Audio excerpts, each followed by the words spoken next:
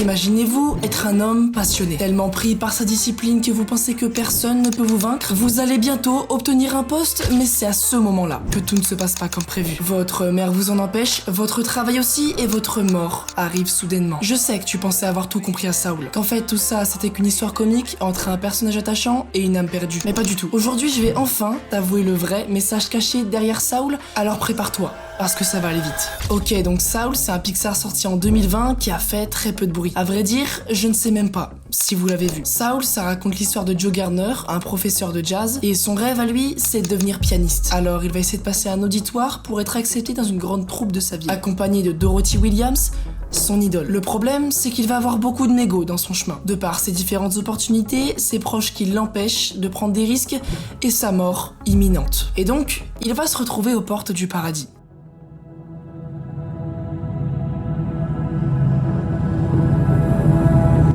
N'est-ce pas un rêve?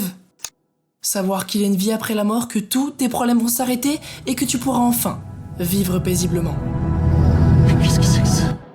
Alors après s'être beaucoup débattu, il va se retrouver ici, dans le Grand Avant. C'est là où naissent toutes les nouvelles âmes. En fait, c'est un petit peu comme une usine. On envoie des âmes dans des sortes de bâtiments qui leur donnent une caractéristique précise, et puis on les envoie sur Terre. Pendant son séjour dans le Grand Avant, il sera accompagné de 22, une âme perdue. Et s'il est accompagné par une âme, c'est parce qu'il est devenu mentor. Être un mentor, c'est super simple. Lorsque tu meurs et que ton âme arrive au paradis, tu peux décider entre être un mentor et vivre paisiblement au paradis. Sauf que lui, il n'a pas fait le choix. Disons qu'il a skip la case paradis, et donc il va devoir s'occuper d'elle afin de trouver sa flamme. Pour te faire un rapide résumé, une flamme, c'est une passion, une vocation. Qu'est-ce qui va les encourager à vivre et alimenter leur petit cœur? Mais 22, c'est une âme qui est vraiment, mais vraiment insupportable. Elle a eu des milliers et des milliers de mentors, mais jamais aucun n'a réussi à la convertir à la vie. Elle ne veut pas partir d'ici, elle n'a pas la volonté de trouver sa flamme. Et le problème, c'est que maintenant, Joe, il se trouve ici, il n'a pas le droit de rester, car il est censé être au paradis, donc il va devoir tout essayer pour retourner dans son monde.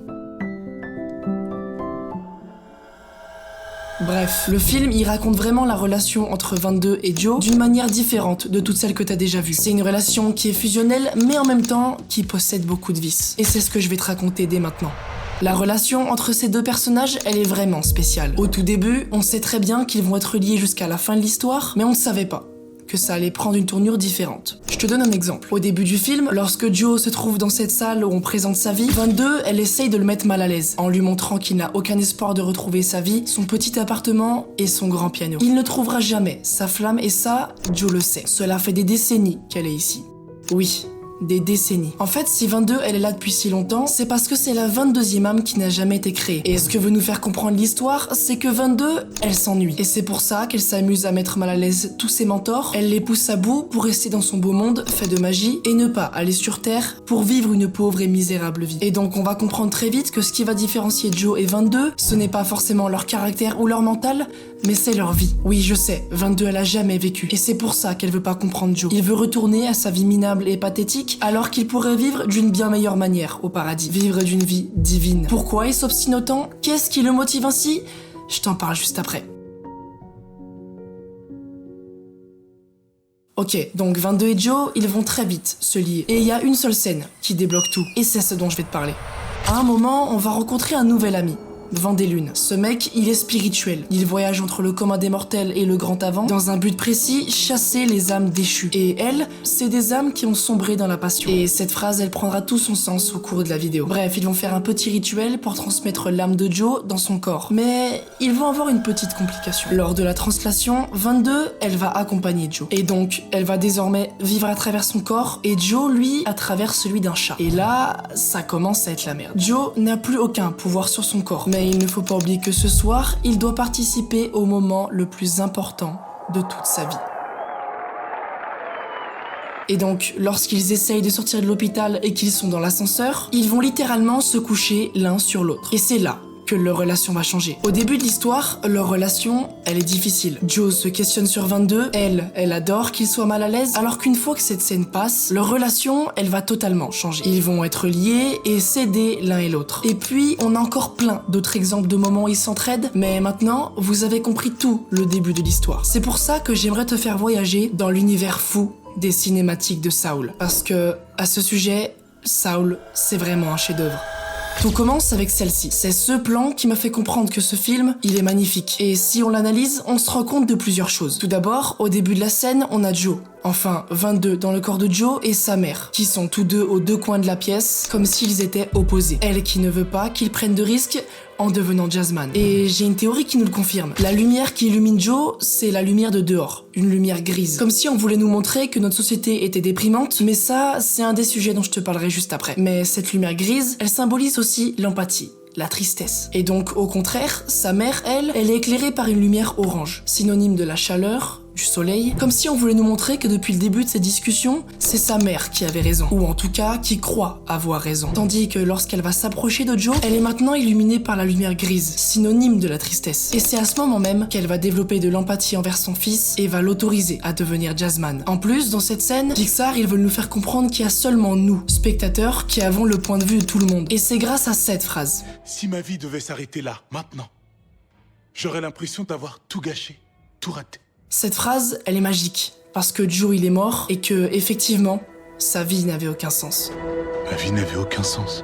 Et c'est pour ça que je t'avais dit que tu pensais avoir compris le vrai message caché derrière Saul. En fait, tout ça, c'est une critique de notre société, notre mode de vie, les tréfonds de la passion et de la mentalité de notre époque. Mais bon, on verra ça plus tard. Un autre plan qui est complètement fou, c'est celui-là. Pour vous mettre dans le contexte, Joe, il vient d'arriver aux portes du paradis, mais il n'a pas encore réellement compris où il était. Alors il va aller voir cette vieille dame qui va lui faire comprendre qu'il est là à cause de sa mort. Et puis à partir de là, il va commencer à paniquer et je vais vous faire découvrir un type de plan qui est beaucoup trop utilisé dans Saul, les plans contre-plongée. À vrai dire, c'est utilisé partout. Ces plans-ci, ils sont utilisés pour beaucoup de choses, mais surtout pour représenter une force. Et c'est en montrant l'immensité du paradis que Joe, il va prendre peur. Mais il n'y a pas que ce plan qui donne cet effet. On se trouve dans la zone, l'endroit où certaines âmes sont extrêmement concentrées et d'autres sont déchues. Au moment où on découvre les âmes déchues, on a ce plan contre-plongée qui nous fait comprendre que c'est des menaces. Mais malgré tout, si c'est des menaces, c'est à cause de leur passion. Ils ont passé toute leur vie à chercher un sens, un but, et une fois qu'ils l'avaient trouvé, ils ont creusé et encore creusé pour ne pas se dire « Ma vie n'avait aucun sens ». On voit souvent la passion comme quelque chose de positif, qui nous alimente, nous amène que des bonnes choses, mais peut-être qu'au final, c'est ce qui nous emmène au plus bas. Est-ce que tu vois de quoi je veux parler? Parfois, on prend des risques démesurés pour nos passions, et il n'est pas impossible qu'à la fin de cette histoire, Joe se trouve ici, dans ce costume. Autre chose, lorsque Dorothy Williams parle à Joe au début de l'histoire, on a beaucoup de plans contre-plongés pour montrer l'immensité de Dorothy. Et au contraire, plongés pour prouver la timidité plongeante de Joe face à Dorothy. Ou encore le moment où Joe s'assoit à son piano et est très peu confiant. Et justement, si je vous parle du fait que Joe soit extrêmement timide face à Dorothy, c'est parce que tout va s'arranger à la fin de l'histoire. Lorsqu'on arrive au moment où le concert est joué, les plans qui sont effectués de Joe, ils sont en contre-plongée, pour montrer maintenant sa puissance depuis qu'il est revenu sur Terre. Car oui, il l'a joué ce concert.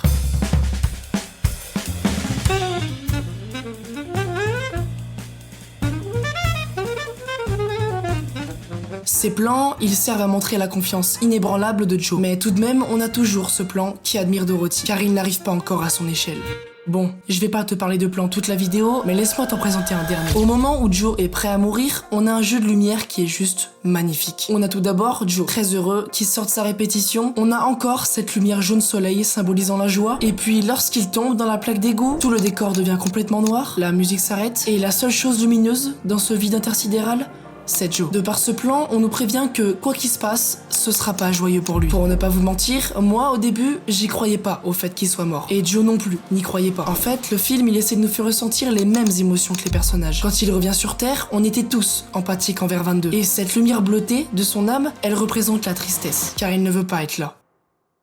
Après vous avoir parlé d'autant de plans incroyables, je pense que je peux vous introduire un nouveau sujet, les critiques de notre société dans ça. Le premier plan qui annonce cet axe-là, c'est celui-là. On a Joe et 22 qui sortent de l'hôpital et à peine on arrive dehors et... Voilà, exactement. C'est ça que ça critique. Notre société, elle est faite d'une seule chose. Des gens stressés, oppressés et en dépression. Les gens n'ont aucun but, vont au travail et ne sont pas heureux. Et c'est pour ça que 22 ne veut pas aller sur Terre. Quand on voit le résumé de sa carrière bleue, on n'a pas envie de vivre la même. Quand on voit la pollution, la famine, le système économique et politique, on n'a pas envie de vivre. Surtout si c'est pour suivre le même plan de vie que tout le monde, bêtement. Mais on verra par la suite que c'est en vivant qu'on a envie de vivre. Après tout, c'est pas la seule critique de notre société. Lorsqu'on arrive dans le métro, un homme leur crie dessus, car 22 est trop bruyante et trop agitée. Et puis s'ensuit un speech de Joe qui annonce cet axe-là. En fait, dans le métro, les gens y perdent toute foi humaine. Ils sont tous extrêmement aigris et ils ne veulent pas parler. C'est une belle caricature de notre vraie vie. Mais c'est pas le seul truc dans cette scène. À un moment, 22, elle va boire une boisson qu'elle a trouvée par terre. Et c'est encore une critique du gaspillage et de la pollution. Cela montre que notre société de consommation est complètement abusée, on consomme trop et c'est un des grands fléaux de notre société. Regarde. Rien que toi, tu es en train de regarder ma vidéo sur un énorme ordinateur ou un bon téléphone, dans une grande maison ou un grand appart, peut-être accompagné de petits snacks. Te rends-tu compte de la chance que tu as? J'ai un dernier exemple à te montrer, et pas des moindres. On se retrouve avec Joe, enfin 22 qui sort de chez le coiffeur. Et il y a cet homme. Cet homme, il critique Joe et c'est pas un super citoyen. Et je sais même pas si je te l'avais dit, mais Joe, il est chassé par une entité divine car il n'est pas censé être là. Alors, ils veulent le remettre à sa place. Au paradis. Et donc, lorsqu'il essaye de le chasser, sans faire exprès, il va chasser lui. Il lui dit donc que c'est pas encore son tour, qu'il a pas à s'inquiéter, sauf si... Tu continues à manger de la nourriture industrielle, pas vrai? Cette scène elle critique encore une fois notre société de consommation et notre mode de vie, qui n'est pas du tout sain. Je pense que je t'ai assez parlé de tout ça. Et maintenant, je vais te présenter la plus grosse théorie de toute l'histoire de Saul. Est-ce que tout ça n'était pas prévu depuis le début? Je sais que tu vas pas me croire. Déjà, 22, c'est la seule âme intelligente de tout le grand avant. La seule avec un vrai esprit critique et elle en fera preuve dans la suite de l'œuvre. Et comme par hasard, c'est Joe qui la récupère. Mais aussi, lorsqu'on présente Joe en tant que Dr. Borgenson, pourquoi le vrai docteur n'a-t-il pas réagi face à son usurpation d'identité? Et c'est pas fini. L'âme de Joe n'a aucun rapport avec celle du docteur. Alors pourquoi les gardes l'ont pris au sérieux? Eh bien parce qu'ils ont tout prévu, et ce, depuis le début. Je vais développer encore un petit peu. J'ai re-regardé la scène où 22 tombe avec Joe, et ça aussi, c'était prévu depuis le début. Déjà, Vendelune, leur ami, dit qu'il n'a jamais expérimenté ça. Alors comment c'est possible qu'en moins de 2 minutes, il ait réussi à ouvrir le portail et à emmener Joe dans son corps? Mais en plus de ça, lorsqu'on regarde la scène image après image, on voit ce moment. Vendelune a juste lâché la main de Joe au lieu de la tenir, en espérant qu'il tombe sur 22. Il voulait qu'ils pénètrent tous les deux un corps. Par contre, comment il fait pour que 22 se trouve dans le corps de Joe et Joe dans celui du chat? J'ai pas encore d'explication. Mais tout ce que je sais, c'est que Vendelune n'est ami qu'avec les gardes. Vous pouvez probablement vous dire que les gardes n'y savent rien, mais il y a plusieurs moments qui nous laissent comprendre qu'ils ont toutes les infos et qu'ils maîtrisent leur environnement. Au tout début, lorsque Joe arrive à peine dans le grand avant et qu'il essaye de s'échapper plusieurs fois, le garde, il va faire cette réflexion. Vous vous perdez souvent. Et donc, de par cette phrase, les gardes, ils ont directement compris que le but de Joe, c'était de s'évader. Et il faut pas oublier en plus de ça qu'ils ont accès à l'entièreté de sa vie, de quoi bien planifier le plan. Et en plus de ça, lorsque Terry, l'entité qui chassait Joe et 22, a réussi à les avoir, eux, les gardes, ils vont lui dire ça. Terry, tu as fait un boulot extraordinaire. On s'occupe du reste. Sauf qu'ils ne vont jamais le renvoyer au paradis. C'est bon? Est-ce que tu vois ce que je veux dire? À la fin du film, 22, elle va enfin aller sur Terre. Joe a finalement réussi à trouver sa flamme, et ça, grâce à un petit séjour dans ses bottes. Pour remercier Joe, les gardes vont lui offrir une deuxième chance. Et dorénavant, Joe savoura chaque petit moment de sa vie, du plus banal au meilleur. En fait, je crois que j'ai tout compris à Saul. Saul, c'est un film pour sensibiliser sur le sens de la vie. Pour vivre, on n'a pas besoin de passion, de vocation. La passion commune à tout être humain sur cette terre, c'est la vie elle-même. Alors, arrête de t'abattre sur tes problèmes quotidiens. Ne cherche pas un réel sens à ta vie parce qu'il n'existera jamais. Que tu sois dans le métro entouré des grilles ou que tu sois en train de jouer à la place de ton idole, profite, afin peut-être, un jour, de transmettre ta flamme. C'était Tash. Ciao.